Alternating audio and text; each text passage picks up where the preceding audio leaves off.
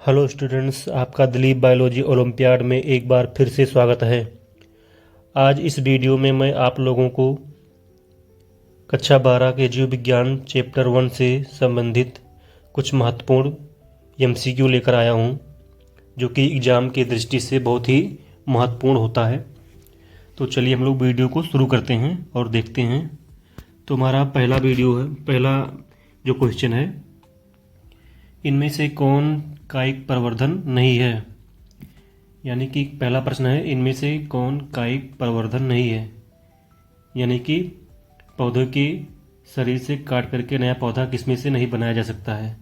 तो पहला ऑप्शन है प्रकंद, दूसरा है चूसक, सी है शाखा और डी ऑप्शन है चल बीजाणु। इसमें से हमारा जो ऑप्शन सही हो जाएगा वो हो जाएगा चल बीजाणु, बाकी तीनों गलत हैं। ठीक, तो हम लोग अगला क्वेश्चन देखते हैं, क्वेश्चन नंबर 2। हमारा अगला क्वेश्चन है, इनमें से कौन सा फल कूट फल है। यानी दिए गए इन फलों में से कौन सा फल कूट फल है, यानी असत्य फल है। तो हमारा पहला ऑप्शन है आम, दूसरा है नींबू, तीसरा है धान, चौथा है सेब। तो इनमें से हमारा ऑप्शन नंबर डी सही हो जाएगा। सेब जो है एक असत्य फल होता है, जिसका निर्माण पुष्प के थैलमस से होता है। ठीक है, क्वेश्चन नंबर तीसरा देखते हैं।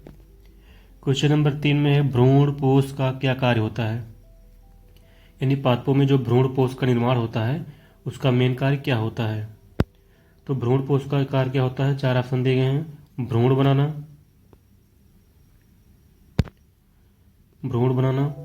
भ्रूण को पोषण देना, लिंग निर्धारण करना, इनमें से सभी।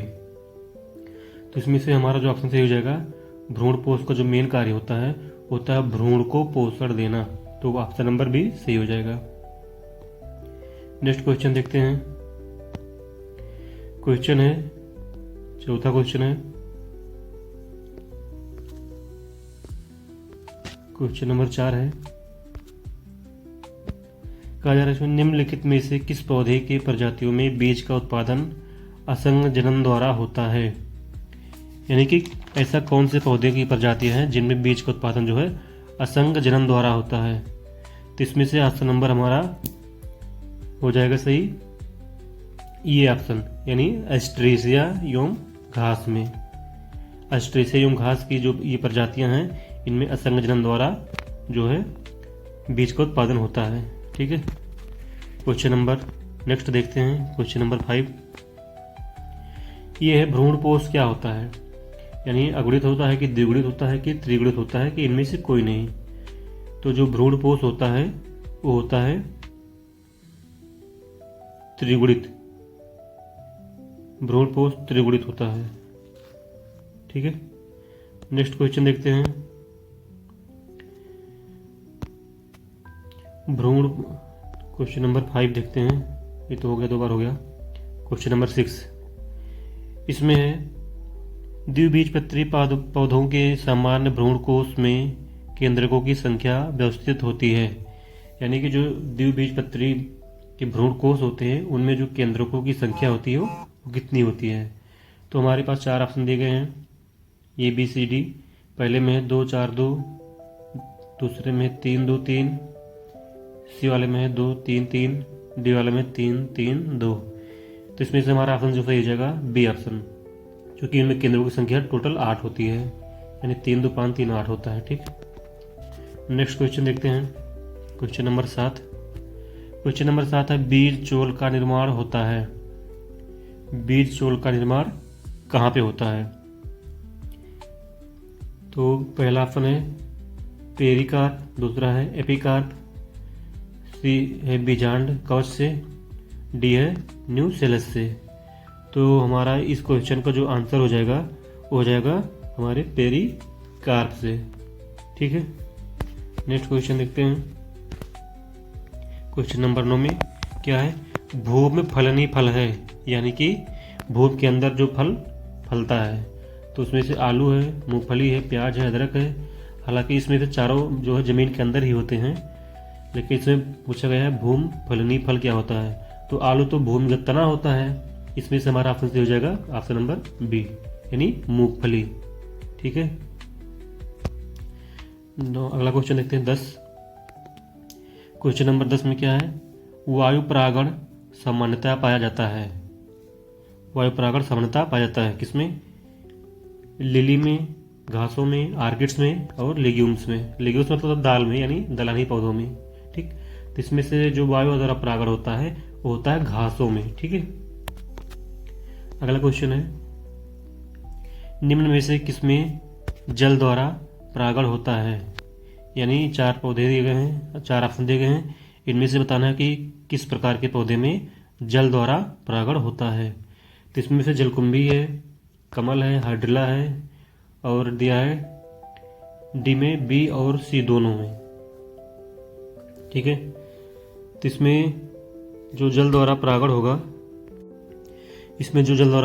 वो होगा डी ऑप्शन, यानी कि कमल में भी होता है और हाइड्रिला में भी होता है, यानी कि ऑप्शन नंबर हमारा डी सही हो जाएगा। नेक्स्ट क्वेश्चन देखते हैं, क्वेश्चन नंबर 12। क्वेश्चन नंबर 12 में क्या कह रहा है क्वेश्चन? भ्रूण कोश की सेंट्रल कोशिका है, यानी कि जो भ्रूण कोश होता है इसकी सेंट्रल कोशिका क्या होता है? बीच वाला मंतुला तो होता है द्वितीयक केंद्रक। ठीक है। नेक्स्ट क्वेश्चन, निम्न में से कौन एक लिंगी है? यानी कि इन पौधों में से कौन सा पौधा जो है एक लिंगी है? सरसों, गुड़हल, पपीता, इनमें से कोई नहीं। तो इसमें से हमारा जो पपीता होता है वो होता है एक लिंगी। एक लिंगी मतलब ऐसे पौधे जिनमें या तो नर भाग ही होगा या तो मादा भाग ही पाए जाएंगे, दोनों एक साथ नहीं होते हैं। ठीक। नेक्स्ट क्वेश्चन, अगला क्वेश्चन है, किस फल का बीज चोल खाया जाता है? यानी कि इन चारों में से कौन सा ऐसा फल है जिसका बीज चोल खाया जाता है? तो जायफल है, लीची है, शरीफा है, इनमें से सभी है। तो इसमें से ऑप्शन नंबर हमारा हो जाएगा सही, लीची। लीची का बीज चोल खाया जाता है। नेक्स्ट क्वेश्चन, क्वेश्चन अगला, परागकण मुख्यतः है, यानी जो परागकण होता है वो क्या चीज होता है, वो किससे बना होता है? ठीक है। तो इसमें देखेंगे पहला ऑप्शन है स्पोरोफाइट, युग्मक, नर युग्मक या इनमें से कोई नहीं। तो इसमें से जो परागकण होता है वो सबको पता है कि परागकण जो होता है नर युग्मक होता है पौधों में। ठीक है। अगला क्वेश्चन, क्वेश्चन नंबर 16 है, पराग भित्ति होती है। जो परागकण होता है, जो उसके चारों तरफ भित्तियां बनी होती हैं, वो भित्ति कितने परतों में बनी होती है? तो एक स्तरीय, द्विस्तरीय, त्रिस्तरीय और कई स्तरीय। तो इसमें से जो परागकण की भित्ति होती है वो द्विस्तरीय होती है, डबल लेयर्ड होता है। ठीक। नेक्स्ट क्वेश्चन, क्वेश्चन नंबर 17 आ गया। 17 क्वेश्चन नंबर क्या है?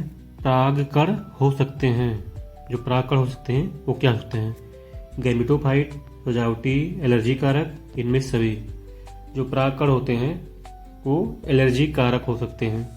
ठीक है। परागकण जो कि बहुत महीन होते हैं पाउडर की तरह, तो नाक वाक में चले जाते तो छींक आने लगती है। ठीक। नेक्स्ट क्वेश्चन, वायु परागित पुष्प सामान्यता होते हैं, और ये पुष्प है, पुष्प। वायु परागित पुष्प सामान्यतः होते हैं आकर्षक, छोटे, रंगहीन, डियासन है बी और सी दोनों। तो जो वायु परागित पुष्प होते हैं वो छोटे भी होते हैं और रंगहीन ही होते हैं। ठीक है। तो यानी कि ये ऑप्शन नंबर हमारा डी सही हो जाएगा। नेक्स्ट क्वेश्चन, क्वेश्चन है, एनिमोफिली नामक परागण किसके द्वारा होता है? एनिमोफिली यानी कि जो हवा द्वारा जो परागण होता है वो किस में होता है? 19 नंबर में क्या कह रहा है? एनिमोफिली नामक परागण किसके द्वारा होता है? तो इसमें से ऑप्शन 2 कट गए हैं, चिड़िया, चमगादड़। एक ऑप्शन नंबर सी है घोंघा, और जो ऑप्शन नंबर डी है वो है वायु। ठीक है। तो इन चारों ऑप्शन में से कौन सा ऑप्शन सही है? चिड़िया, चमगादड़, घोंघा और वायु। तो इनमें से जो एनिमोफिली संबंधित होता है वो हवा से संबंधित होता है, यानी वायु से संबंधित होता है। तो उसमें ऑप्शन नंबर डी सही हो जाएगा, हवा। ठीक। अगला क्वेश्चन देखते हैं। क्वेश्चन नंबर 20 ये है, एंटिमोफिली नामक परागण किसके द्वारा होता है? जो एंटिमोफिली होता है परागण, ये किसके द्वारा होता है?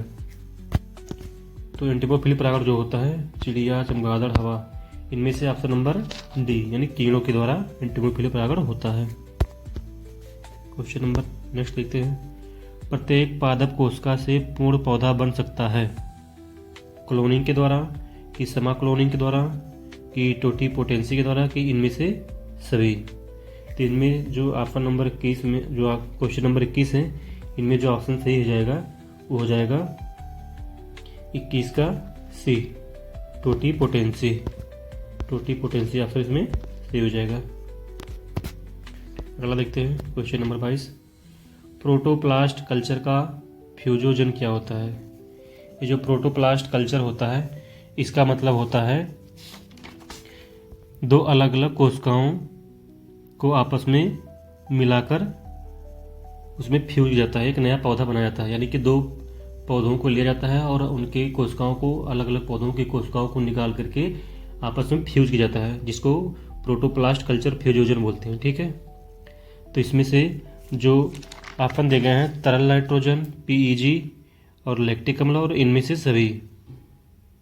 तो इसमें से जो ऑप्शन नंबर हमारा हो जाएगा सही हो जाएगा वो हो जाएगा पीईजी।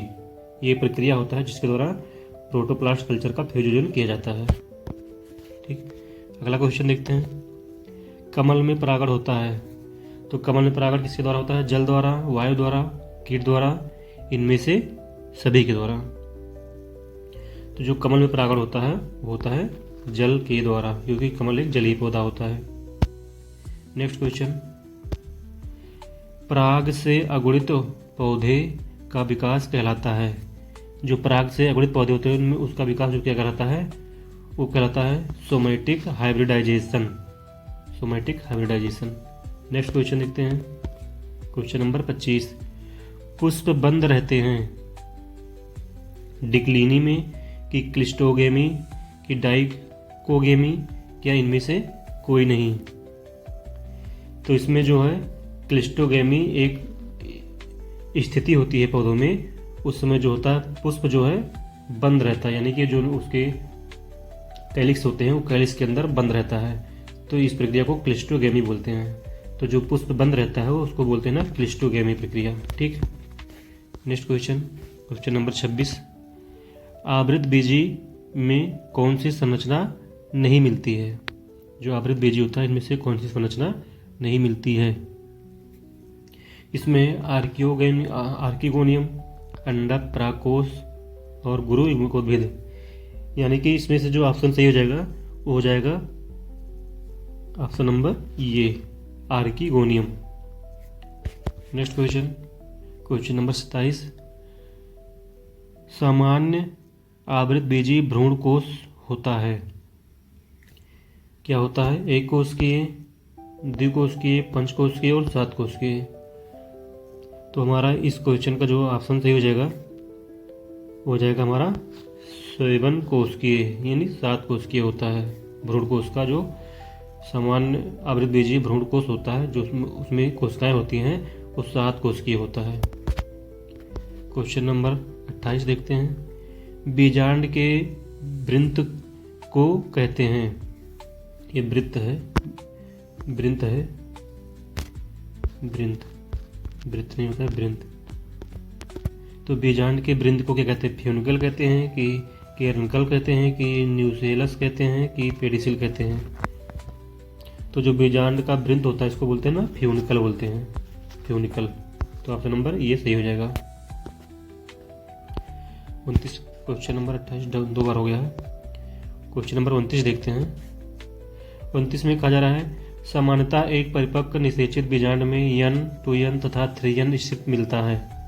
क्रमशः इसका क्रम बताना है कि पहले भ्रूण कोश बनेगा कि बीजांड का है, फिर अंडा, किसमें पहले परिवर्तित हो।